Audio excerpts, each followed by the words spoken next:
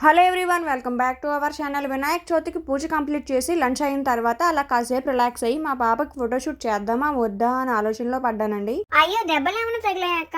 నువ్వు మధ్యలో రాకు. ఈ వీడియోలో అయితే నీకు డైలాగ్స్ ఏం లేవు.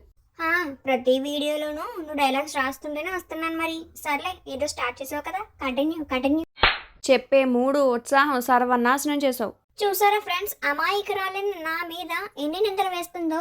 అన్నట్టు అడగటం మర్చిపోయాను, వినాయక చవితి రోజు చంద్రుని చూస్తే నిలాపలిందలు వస్తాయంట కదా, నువ్వు చూసావా అక్క? లేదు, అసలు నేను బయటకే వెళ్ళలేదు. అసలు ఆ రోజు వర్షం ఎలా ఉంది? అంత వర్షంలో బయటకు వెళ్ళే స్కోప్ లేక ఇంట్లోనే ఉన్నాం. ఇంకా ఖాళీగానే ఉన్నాం కదా అని మా తేజ్ఞకి థీమ్ చేద్దామని కొన్ని థీమ్స్ అయితే చూసామండి. అందులో మాకు సింపుల్ గా ఉండే థీమ్ ఒకటి సెలెక్ట్ చేసుకుని డెకోర్ చేయడం అయితే స్టార్ట్ చేసాం. చేస్తున్నాం అంటున్నావు, నిజంగా నువ్వు చేసావా అక్క? అంటే థీమ్ సెలక్షన్ అయితే నాదే. ఈ ఫ్లవర్స్ కి కాడలు తుంచిచ్చింది కూడా నేనే, రేఖలు తీసింది కూడా నేనే, వీడియో షూట్ చేస్తుంది కూడా నేనే, ఫైనల్ గా అవుట్పుట్ సరిగ్గా వచ్చిందా లేదా అని చూసింది కూడా నేనే. అంతేకాని డెకోర్ చేసిన మాత్రం నువ్వు కాదంట. నిజాలు ఒప్పేసుకోవాలే. డెకోర్ చేసిన మా ఆయన ఇంకా కొందనా అండి.